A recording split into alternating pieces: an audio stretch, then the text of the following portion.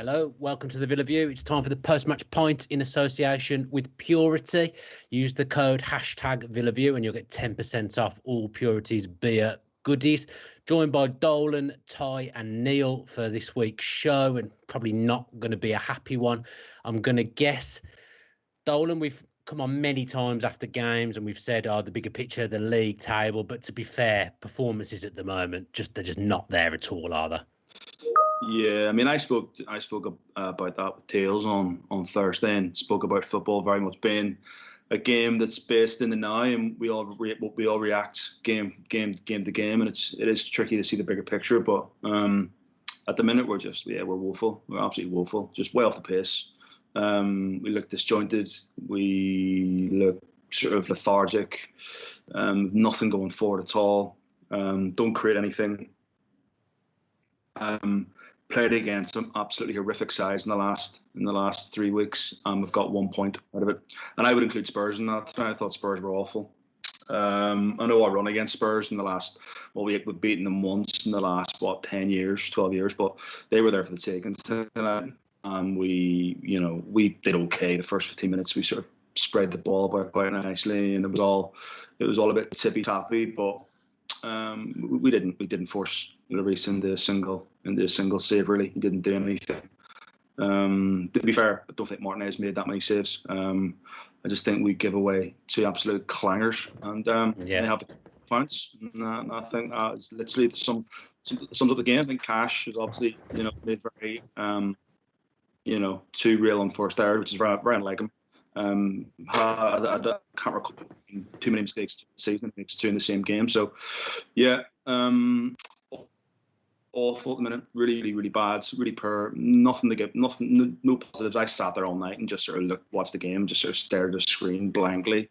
Didn't get up. Didn't cheer. Didn't jump out of my seat.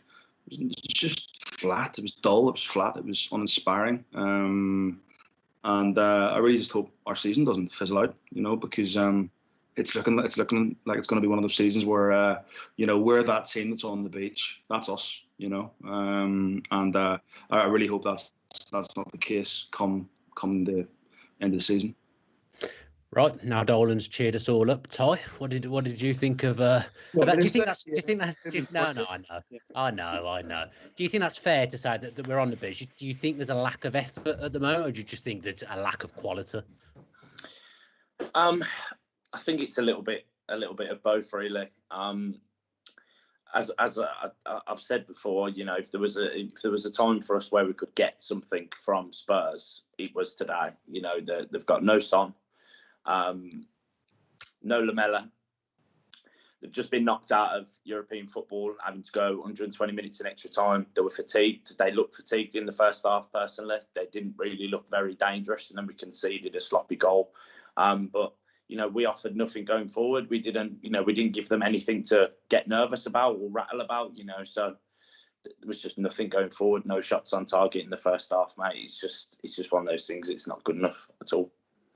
Yeah, the pressure was there to a small extent in the first half. I thought we did look fairly dangerous up until they scored without having a shot. But obviously, if you don't have a shot, you're going to struggle to win football matches. Neil, the elephant in the room is obviously that Villa without Jack Grealish have not been very good over the last 5-6 games. I think it is now. I think last time Jack Grealish was out for a sustained period in the Championship, Aston Villa didn't look very good then either. So, Dean Smith's come out and said we're not a one-man team. I think that's fair because I think generally we defend very well. I think the defenders are very good. The goalkeeper's usually very good as well. But going forward, when Jack Grealish isn't there, it has been uninspiring. Yeah.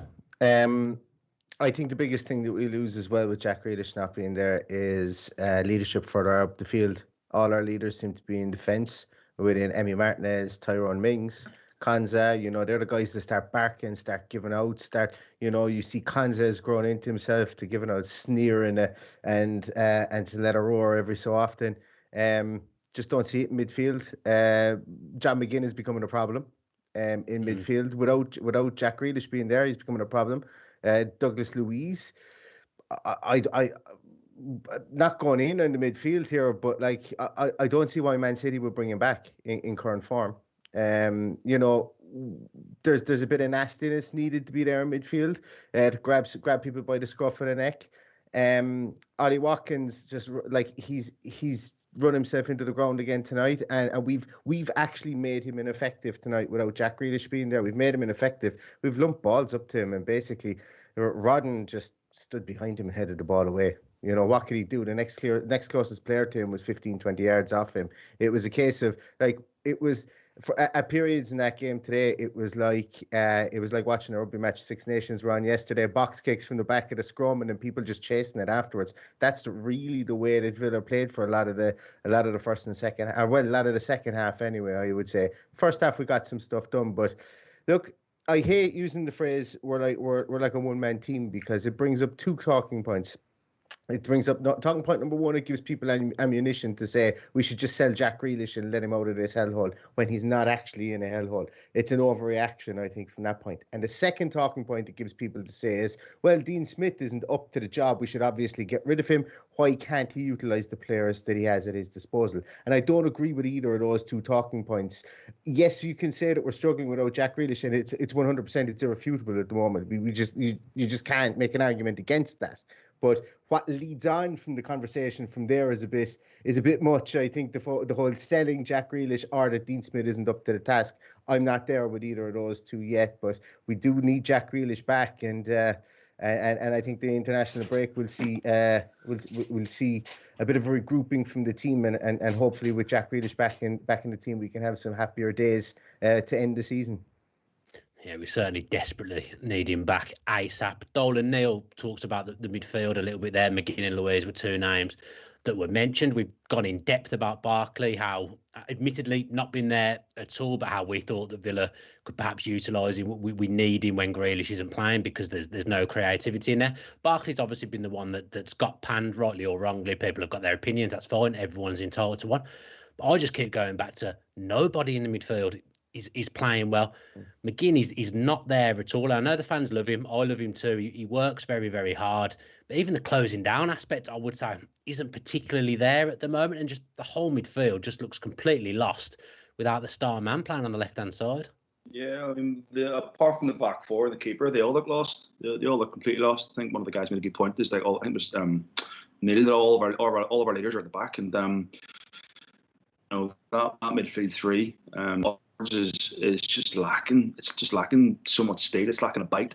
I watched Leicester tonight, and they're missing Madison, but they've got Tielemans, they've got Pratt to come on, they've got Ndidi, even Chowdhury came on and stuck his foot in the last 10 minutes. They did the United what we should have done on Spurs. A team that played in Europe on Thursday night, big game away at Milan, big cup game, and Leicester made them look ordinary.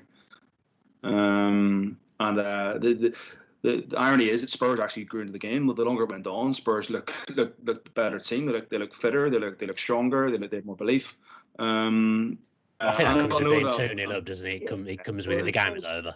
It does. But I mean, to be fair, Dan, what did I text you after the first goal? The game's over because we don't come from behind and win a game. We haven't done it all season, and we just don't come from behind. And for me, that's a massive worry. But listen, I've said it all season. I think the squad is very thin. I think the quality from the bench is limited. I don't think we have enough quality throughout the squad. I think we're lacking massively again. Our second season back in the Premier League, and we go in with one striker. I find that completely baffling. Last year it was Wesley. This year it's Watkins. No one to come in and support him. Nobody to give him a hand. Nobody to come on and bag a goal with 5-10 minutes to go.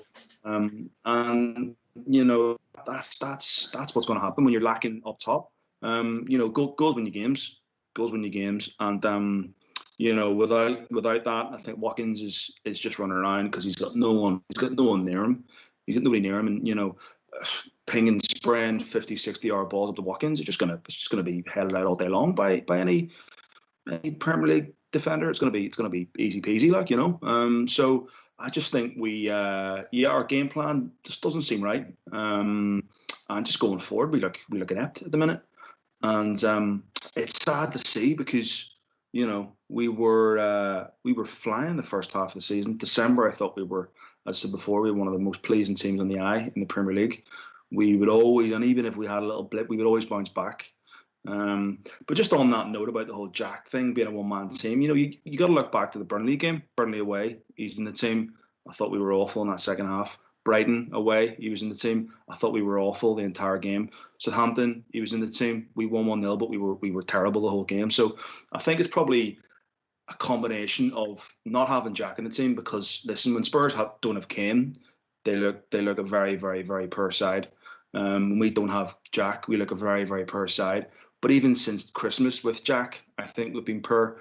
All apart from the Newcastle game at home and the first half of the Burnley game, Arsenal was pretty good. Leeds away was decent. I can't think of anything else other than those 3 or 4 games where we've done anything and we've looked a threat. And like I said, it's just a bit sad to sit there and sort of see your season wither away when it was so promising. We thought a top 8, the European push would be on the cards, but if we carry on like that, then we'll finish 13th, 14th, and it'll be, I sort of said to you, like penny for Jack slots, sitting there watching that, because you watch that and you think, do I have to come in and drag these boys through it again? Do I have to do it again? Any chance with a bit of help? So a penny for his slots, but yeah, big game against, I think it's Fulham next, massive game. Fulham at home. We need to start getting some points to the board. But it's any team that's not in form, come to Villa Park and we'll hand you 3 points. So yeah, really frustrating. But I'm not too disheartened tonight, because I could see it coming a mile off. It's Aston Villa. I've seen it over the years. I've seen it for the last 25 years. We are at times the gift that keeps on giving, and tonight was no exception. Yeah, tight. It felt like their defence could be got at. I mean, the last time I watched Joe Rodon play centre-back for Spurs, off the top of my head, I can't remember who it was against, but he was given a torrid time. He was given a rough time, and I thought, he's not really ready for Premier League football. But we haven't really laid a glove on him, and I mean, I hate to sound like Steve Bruce, but that's a fact. We didn't really put him under any pressure at all. And then the first time we got put under any pressure, we make a mistake. And then they were quite incisive from the mistake, to be fair, cut us apart 1-0. And the second goal as well. It's a mistake from Cash. Some people will sit there and say it's not a penalty. I think you've given the referee a decision to make diving in. I think it's unnecessary. It's 2 unnecessary goals, isn't it? Absolutely, yeah. It's one of those things that it's just frustrating to watch, because people online are saying, "Oh yeah, but we're outperforming where we're expecting to be." I think that's part of the problem of why it's so stressful, is because we've seen how well we're capable of playing in the first half of the season, and we just want that consistency throughout the season to see us do that well throughout an entire season, as opposed to just half a season.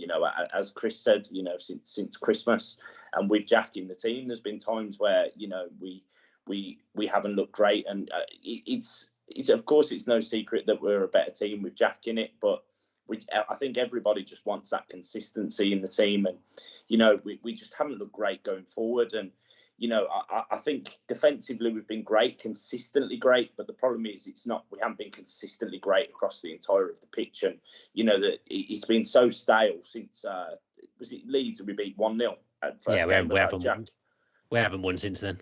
Yeah, it's just been very stale going forward, and even in that game, it wasn't great going forward as well. It's just, as Dolan said again, it's the lack of depth that's a massive problem. I think we need to have a clever summer, more so than anything. And you want to look at not just look at your starting 11 and be excited. Look at your bench as well, because realistically, who have we got at the moment who's an impact sub, who's going to come on and change the game? If we need something at 70 minutes up front because it's just not working with Watkins, we have to turn to Keenan Davis. And I'll be honest, I don't think that's the right thing for us at all. We need an outright proven goal scorer alongside, or as backup to Watkins, or competition for his place. Just for someone to come on and do some bits on the pitch, because it's just not there at the minute. A substitution is usually, if we're losing, a substitution we're bringing somebody on to change the game, and we just don't have that game changer on the bench at the minute, and that's where we're at, if I'm honest.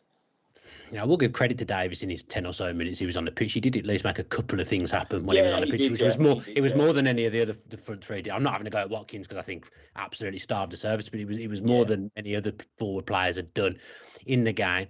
Neil, what did you think of the selection? Because I was surprised to see Trezeguet start over El Ghazi. Sorry, if he's struggling for goals, I think El Ghazi's got to play when there's no Jack, because he's the most likely to do something on the pitch. Dolan made a point there that it was a 0-0 game, and I think that both teams would have been happy. I think Jose's would have been happy with a 0-0. I made the point in our own little preview.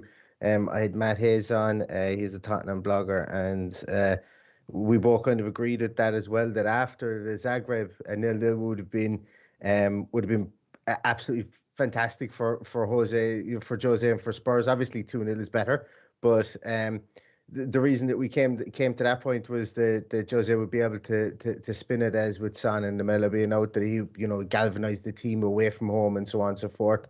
Villa would be able to come out and they would be able to say, listen, look, we're not scoring goals, but we're not conceding goals, and this is a point against the perennially top 6 team, and we thought it was an all game. And where I'm getting at from this, Dan, is that I think Trezeguet was in there. I think when I saw Trezeguet's inclusion, that's what I thought was to help us to solidify as more of a wide left player as opposed to an attacking left midfielder. Trezeguet isn't there to pepper the goal with shots. He's there because of his work rate. It reminds me of watching the Irish football team when we had Stephen Hunt in the team. Literally, Stephen Hunt was there because he could. What a comparison! I'm not sure this is a compliment to Trezeguet. Well, it was the thing was Stephen Hunt was full of endeavour. That's what the line used to be. He's in there because he's full of endeavour, and Trezeguet is in there because he's full of endeavour too. Like I don't know where I stand on El Ghazi either. Yes, he's going to pepper the goal with shots, and it's going to be a bit different. And he did have one good shot in this game, but he does sorry to interrupt you, but he didn't play a game until December. I said this on social media. He didn't play a game until mid-December. He's got 7 goals. He's a joint second top goal scorer. When you're missing your best player, I think you need people that are going to stick the ball in the back of the net, and I think he classes as one of those players. Yeah, that is true. That is true. But as I say, I just don't know. It depends on what El Ghazi shows up on the day, really. He has gotten those goals, and in hindsight, I would have started him. I absolutely would have started him, but I can see why Smith played Trezeguet, because I think Smith wanted to get out of there with at least a point. Our home form hasn't been absolutely fantastic this season. We've struggled to break teams down at home. We're a better counter-attacking force away from home, but no, we don't have that in our locker without Jack either. So I think it was more of a case of trying to shut it up a small bit, and that's why Trezeguet was in there. But yes, as you mentioned, in hindsight, I would start El Ghazi. I would have started El Ghazi there because we went through the whole first half without even having a shot. And if you don't shoot, you can't score. Yeah, Dolan, what do you think of that? Because that game kind of felt like there'd be more space out there in recent weeks. I think when players did have the ball, they did have space to work into. I mean, Villa players didn't really do it throughout the whole game, but you do kind of feel that it would have been a bit more suited to Barkley, a bit more suited to El Ghazi, people that can carry the ball and make stuff happen even when they're not on the best of form. Definitely El Ghazi. I mean, I don't know why El Ghazi's been labelled as a player that's off form. I think the whole team aren't playing well, really. Well, the whole team, the front 3 or 4 aren't playing well. So I don't know why he's being singled out by people for not playing well. As you said, he's 7 goals, couple of assists, and when he turns it on, he can turn it on. And I think he's probably our fastest player that we have, and he's tricky. And I thought the Spurs back 4 were all of the shop the first 15-20 minutes, and I think a player with El Ghazi's kind of trickery and speed, and as Neil says, he shoots on sight. And when you shoot on sight, anything can happen. The deflection, rebounds, whatever it may be. So yeah, I would have had him starting all day long. And listen, Endeavour's great, and work rate's great. But I'd rather see my players actually contribute with goals. I say goals win you games. I don't think the Endeavour of Trezeguet is going to win us anything at the minute, especially against a team that's just played 120 minutes of football over in Zagreb, and we didn't, like I say, we didn't even have a shot in the first half, which I just think is really is really poor from our point, you know. But that's the way it's been over the last few weeks. It's been poor. It's been slow. It's been lethargic, and we seem to we freeze when we go forward. And I feel for Watkins. I thought he'd bag tonight. I thought he'd score tonight. I thought he'd be on fire because of the call up. But he didn't have a sniff, and it isn't his fault. Closest player to him is probably John McGinn, and he's 20 yards away from him, you know. So I feel for him because he's, as Neil said, he's just ran himself into the ground the entire season. And the thing is, he has a bad game, but he knows he's going to start next week. There's nobody to challenge him for his place. He literally has nobody in the wings to come in and take his place. And you know, what does every top team have? Every top team is competition for places. And we don't have any real competition for places, especially at the top of the pitch. And for me, it's it's a massive problem, and it needs to be massively addressed. And thing is, if you want to address the top end of your pitch, you're talking 150, 200 billion quid. That's the going rate for a good striker and a couple of decent wingers. They're 35 to 40 million pound a pop. So you know, we're going to need to go again big in the summer. I think we'll probably go for 4 or 5, 6 players. I think we'll probably get rid of 3 or 4, and we're going to have to spend some big money if we want to compete at the levels that our owners want us to compete at, and that's top 4, top 6. You could argue, Ty, that Jose tonight, to his credit, I mean, I looked at the Spurs team and I was thinking, what on earth formation are they playing there? What are they doing? They've come out of a sticky few games. Well, actually, they were on good form before those 2 games, but they've come out of a bad 2 games. They've changed something. They've gone 4-4-2, kept it simple, and they've come away with a result. We went to 2 strikers when the game is over. There is an argument that you could say that we should have just perhaps tried something different for one game. It's not going well. Maybe try Keenan up front with Watkins, give him a bit of support for a game. Do you think that's fair? Yeah, I guess so. But I think the only reason that we actually changed formation is because of the depth in the positions. You know, I understand we can put Watkins out wide, you know, but Watkins has been brought into the club as a striker. You know, when Jack's injured, we have Traoré, Trezeguet and El Ghazi, you know, and we took Traoré off El Ghazi, switched the wings over, and then where are you at? You know, what have you got left wing-wise? Nothing. You've got Keenan Davis, who's your only other attacking option to bring on as a striker. You got Ross Barkley as your 10 to, you know, sit behind the striker. It's just not enough. You know, I don't feel, you know, I mean, we've never really seen 2 up top with Villa, have we? You know, under Dean Smith massively. You know, it's been heavily 4-3-3 in Dean Smith football. And, you know, there is times where it'd be nice if we could switch to a 4-4-2 and see something come of it, you know, and see a change in our style of football, you know, because I think watching Villa, it's very predictable, you know, where our goals are coming from in terms of, you know, are they coming from the wing? You know, are they coming from a cut inside from Jack? You know, is it from a clearance on the edge of the box? You know, these are, you know, or a deflection off a shot. You know, these are the main areas that we get our goals, you know. To be fair, Rob, I'm quite excited to see Wesley and Ollie on the pitch at the same time, you know, with a fully fit team, you know. It would be good to see Wesley get some minutes again. You know, I don't think his story at Villa is over yet. You know, I think he's got a lot to prove, and you know, he'll be hungry. What did you say, Dolan? Said Wesley's story hasn't even. Let's be honest. Yeah, we didn't do anything. I think that's a little bit harsh. I think six goals in his first half of the season wasn't bad. I'm not saying he was brilliant because he wasn't. But he'd score 6 goals in the Premier League. You know, we haven't got a striker underneath Watkins who can score 6 goals in the Premier League. Those kind of goals through the season might end up helping. I do want to give Ty a little shout. I thought Jack Grealish was the snazziest person I'd seen dressed on the TV tonight. But Ty's come here with his gear as well, looking pretty Lara. Dolan, you're the fashion guy. Who's looking better, Ty or Jack? I've got to give it to Jack because he's repping the Jeezy, isn't he? Like, you know, but oh yeah, he was. They're both very similar. Both loving the old Supreme hats. So Supreme nightclub. This one. Yeah, they're both that. Yeah, fresh. I like. Yeah, that. I mean, I don't think the you know. There's 2 stories to Wesley, and it depends who you ask on what type of answer you get, and it's either my side or Dolan's side. There's no in between. You know, if you ask a different selection of people, and from what I seen from the Holt end, when Wesley was playing, was service was a problem to him more so than anything. And, you know, that was one problem.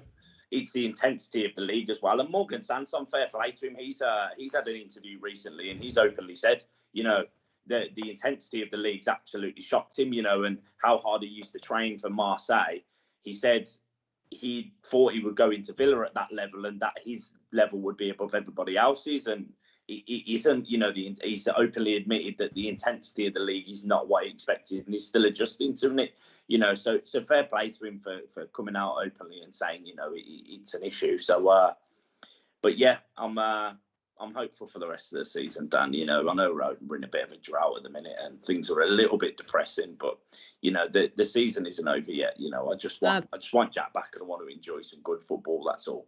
Yeah, he'll lift it. Jack, the thing is, the character that he is and the ability that he has. We've seen previously when he's come back, he will lift people. We'll probably see a much better performance against Fulham if he's there. We'll see a reaction. I'm not saying we're going to go there and win. Fulham desperately need points, but we'll be better than we have been in the last few games when Jack's on a pitch, and that is something at the moment to get excited about because the last 5 or 6 games I haven't really enjoyed watching us. Neil Sanson will take time to get used to it. Won't he? He's had a couple of games. We've fleetingly seen what he's about, but the Premier League is a different beast. Like Ty says, there'll be I don't want to call them idiots, but there will be people saying already, he's not going to be good enough. Write him off, which I think would be absolutely idiotic. Players do need time, and like Ty says, Wesley's probably only had 22 games, I think, in the Premier League. We've seen players after they've played that amount of games, Nakamba, Louise, they've been better after they've played more games. Wesley's got fitness issues as well, but Sanson, Wesley, players getting used to the league, when they do, it will help us. Of course, yeah. I think Sanson is I think he's a very, very serviceable player. I think what we've seen from him, he's got some nice little touches. He's got I like, he just strikes me as a guy who knows how to play football, if that makes sense. I know that's a very kind of overarching broad statement to make. You'd hope that every player getting paid thousands and thousands would know how to play football, but as we know, a lot of players get by on their athletic abilities, but this guy knows how to play, he knows how to shift the ball, manipulate it. I think I think what Ty said there, I think you can see it that he is a bit wary of how quickly people close him down, especially when he's got his back to players coming at him. And that it's not a simple case of just trying to shift the ball. You know, you mightn't get a free for it in the Premier League if that is the case. You know, you have to be very, very quick with the ball. For Sanson, I think he's still searching for a position within this team. We were talking about going 4-4-2 there a moment ago. I'd be really interested to see who Dean Smith would trust with being the 2 central midfielders in a 4-4-2 if that was the case. I think it would be Louise and McGinn. I don't see it being any other combination.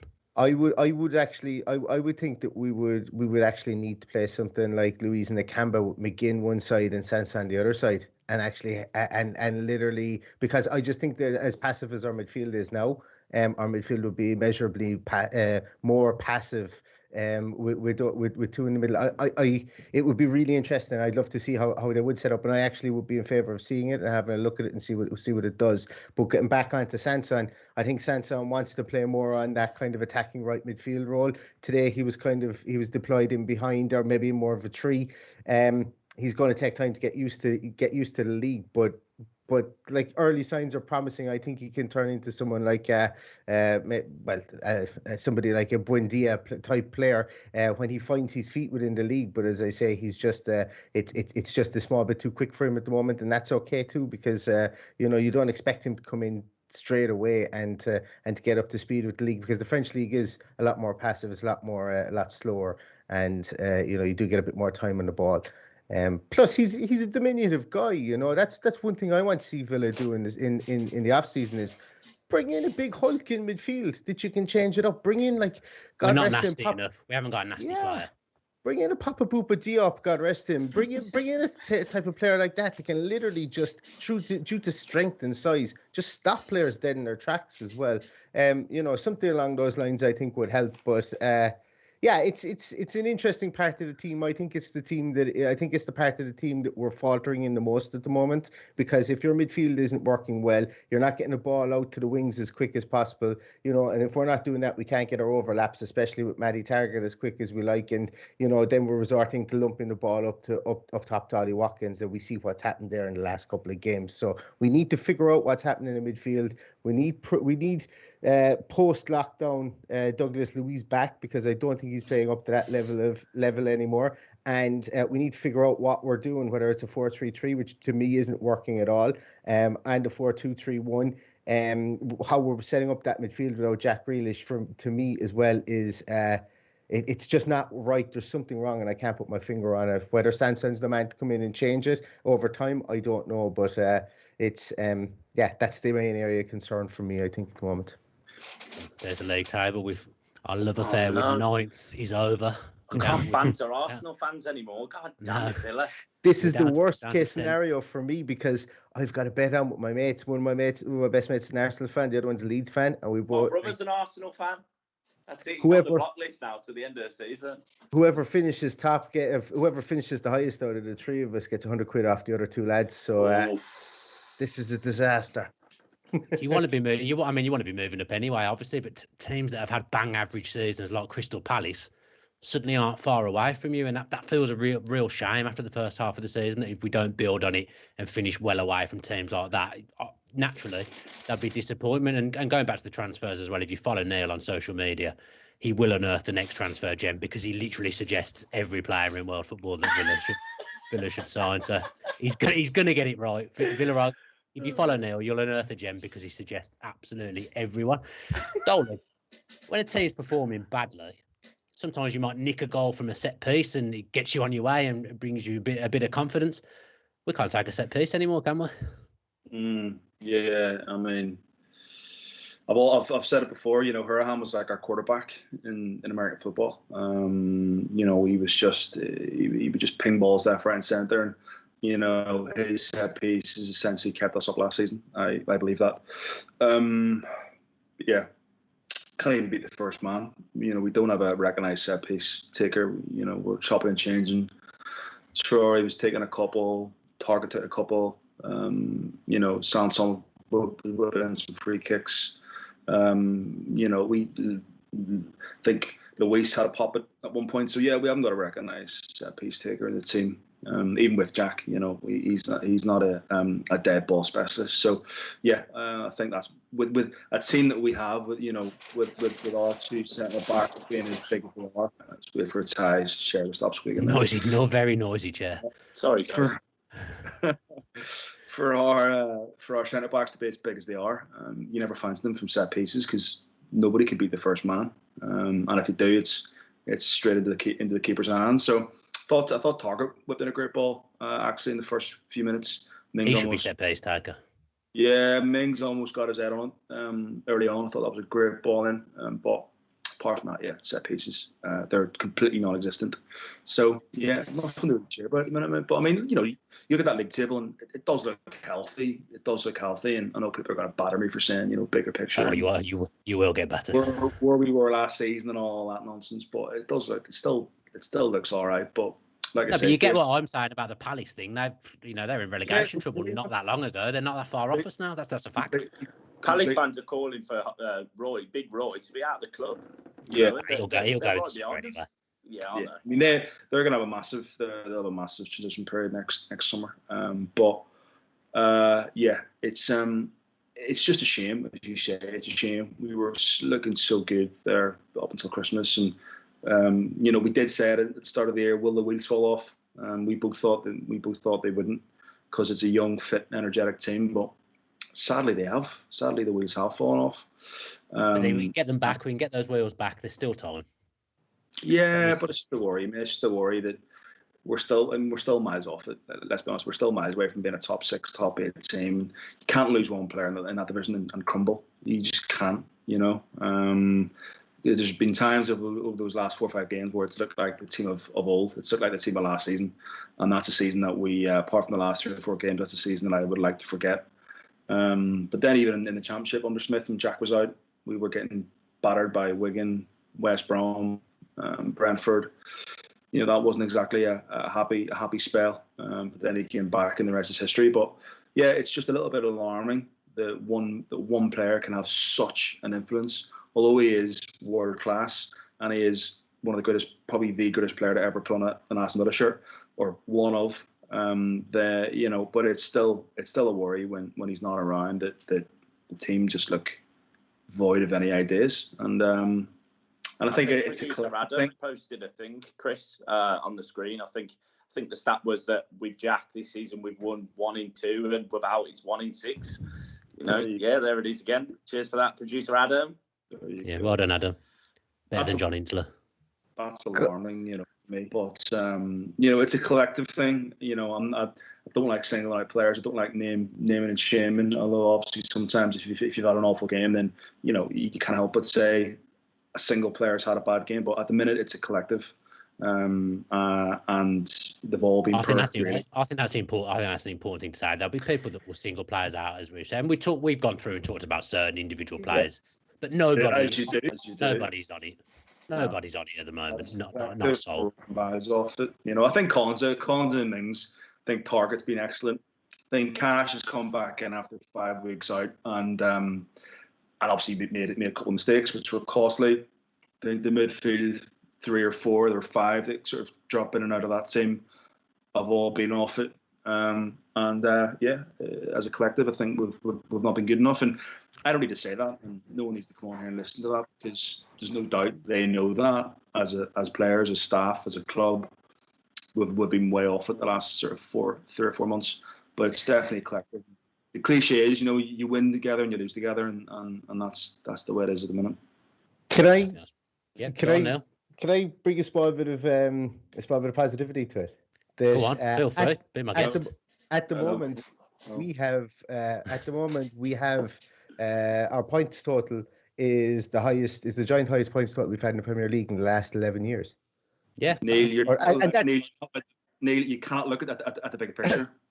Well, no, what I'm saying about that is that like when we were treading water in this league, we went through 3 seasons in a row. I think they're getting 38 points in the league and 35 points in the league. And I suppose when we're just talking about the overarching piece, yes, we've been poor tonight. We've been poor since Christmas as well. If we were to get over 48 points, it would be our highest points total since the Martin O'Neill years, when we hit 3 seasons in a row, but over 60. And then prior to that, we had only 1 season of over 50. So if we look back over the last 15, 16 years of Aston Villa in the Premier League, and this is just a very quick glance, we have an opportunity to have one of the highest points totals we would have in the last 15, 16 years in the Premier League.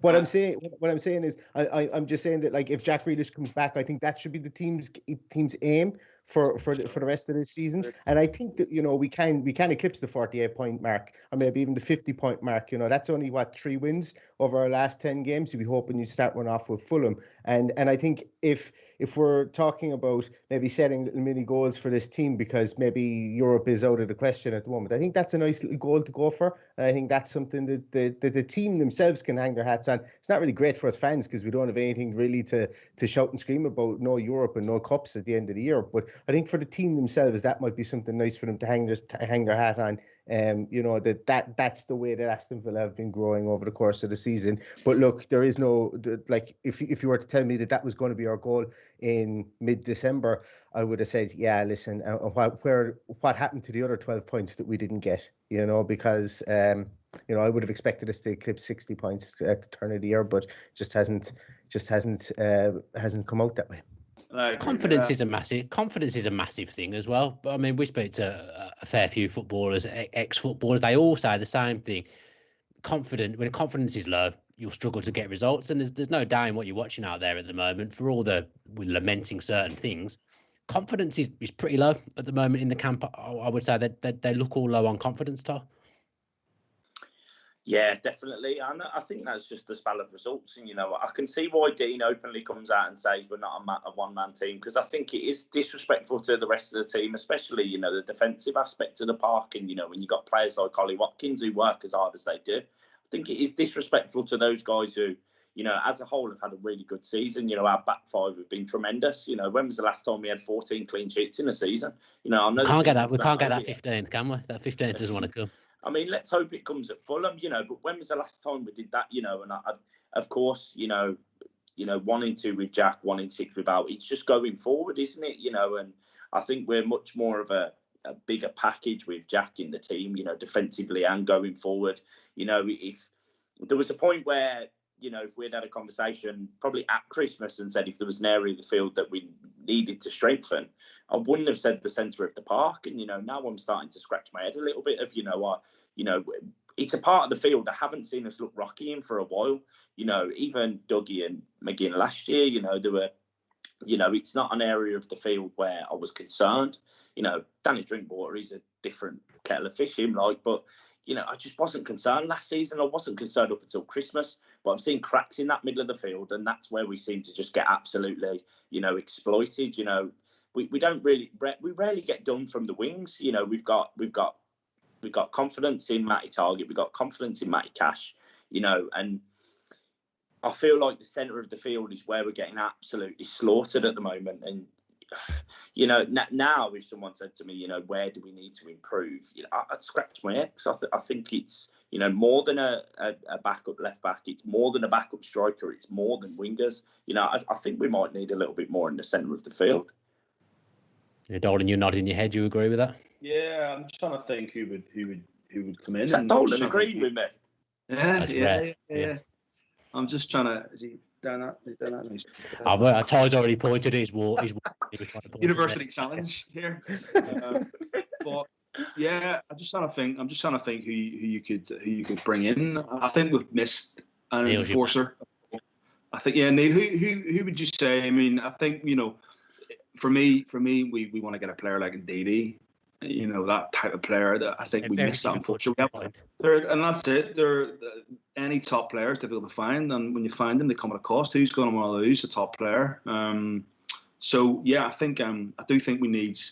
I think Nakamba, for all his endeavour, a word we used, I don't think he's quite up to the pace of the Premier League. I still think we're missing, you know, a real sort of enforcer, 6'5" enforcer, and you know, they're hard to come by. I think, you know, I'd love to see Tammy come back in the summer. I'd love to see Tammy come home, yeah, I think we need a couple of wingers and a left back to challenge Target, and a right back to fill in for Elmo. So yeah, I'm excited about next summer. I'm still looking at the bigger picture. It's a project. Use that phrase. What? Bigger picture? Yeah, sorry. Yeah, but no, I'm still very much looking. I'm looking for. I kind of, without sounding miserable, want the season to kind of just be over and done with now, and just crack on and build again this summer, because I know we will, and I'm excited to see who we bring in, and I kind of just want to keep Jack. I want to sign Douglas Luiz, because I still think he's quality. And I want to get Konza tied down on a long-term contract. I want to get Martinez tied on a long-term deal, and I want to bring in I want to bring back Tammy and crack on, because I think if we can get another really good striker, I think the fact that if we bring in another top striker, you can just move Watkins out to the right, and you can chop and change it. You can move around, and you're harder to play against, and it's a little bit more off the cuff. You know, you could have Troy out there, you could have Watkins out there. You know, we bring in someone like a Rashika if he's back to the market. You know, someone like Don't you dare! Don't you dare! And you know, and then we bring in Jack Butland, and away we go. Happy days. Then he's back to in the no Bardal and in the no Dolan. You two get absolutely hammered again. I was going to say before as well, the bad spells coincided with Henry Lansbury leaving the dressing room. That's something else that's completely gone unnoticed. Since Lansbury's left that cheerleading role in the dressing room, we have not been as good. So maybe look at getting him tied up to a long-term contract so he can sit in the dressing room again. I think maybe at some point we might do a transfer show with Neil, because I think he's got untold, unlimited transfer knowledge. I think we should jump on. It needs to be a 24-hour live thing. I'll do it for charity. Neil will have this piece of paper like this big where he's reading players from like the Estonian third league. And Neil knows everything. Neil must have untold like transfer accounts on Twitter that he follows. Agent Dave Jenkins. I reckon he's got plugins for Football Manager for all of the low leagues. Like he's one of those guys who sends Craig Shakespeare to Estonia. I mean, we should knock someone for having knowledge, to be fair, because when you're doing a football show, you should have knowledge on these things. So fair play to Neil. But I do think we'll jump on and do a transfer show at the end of the season and get Neil to put forward some recommendations. Look at Leicester, you look at Kante, you look at you look at Souček, for instance. These players are, these players are out there. How much did Souček cost West Ham? Was 15. He like 8 million or something? Or was it 15? What a player! Absolute bargains. They are out there. Look at Kante, look at Mahrez, Ben Rama. There's quality. There's quality players that can, if they're managed right and coached right, can be world class. And Souček, I think, is the perfect example of somebody in the last 12 months to come in, a complete unknown. And you have to say, he's probably gonna end up at one of the big, either one of the big four in the Premier League or one of the big clubs in Europe. You'd have to think it'll be hard for West Ham to hang on to him, but definitely getting the loan for a transfer show, definitely. Yeah, for sure. I mean, whilst we've completely moved away from any semblance of talking about the Spurs game that's happened tonight, because this show has completely got into all sorts, anything, but we may as well mention our co-sponsors at this point. Provide us with a good laugh on the preview show with Tails.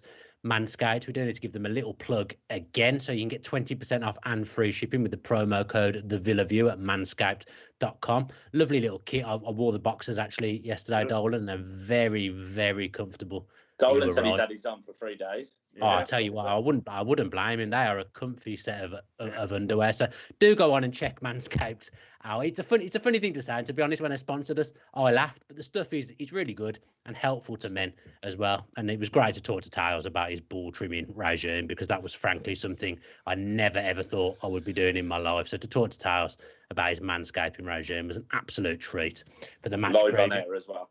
Yeah, live. Yeah, and I'm sure he loved every second of coming on and talking about it as well. We didn't give him any notice that we were going to discuss that in the show, so he was delighted to come on board and talk about that. On a serious note, though, as well, something else we spoke about in the match preview, the Move for Jack initiative has been going on. So, unfortunately, unforeseen circumstances for me today, I've not been able to do my run that I intended to do in Jack's name. So I'll try and get it done in the next few days. But yeah, hashtag Move for Jack on social media, and they've raised an incredible amount of money for the Villa Foundation and the London Ambulance Service as well. Obviously, we all know that Jack tragically killed earlier on in the year on Battersea Bridge, Renova, but they've done so much in his name since he sadly passed, and it's just a great initiative. Do go and check it out. The link will be in the description on the YouTube video as well, and all the information that you need to know. So support Jack if you can, because we want to have a nice legacy in his name, because he was a massive, massive Villa fan, and I will be donning my Villa shirt in the next couple of days and doing a 10K around my local area.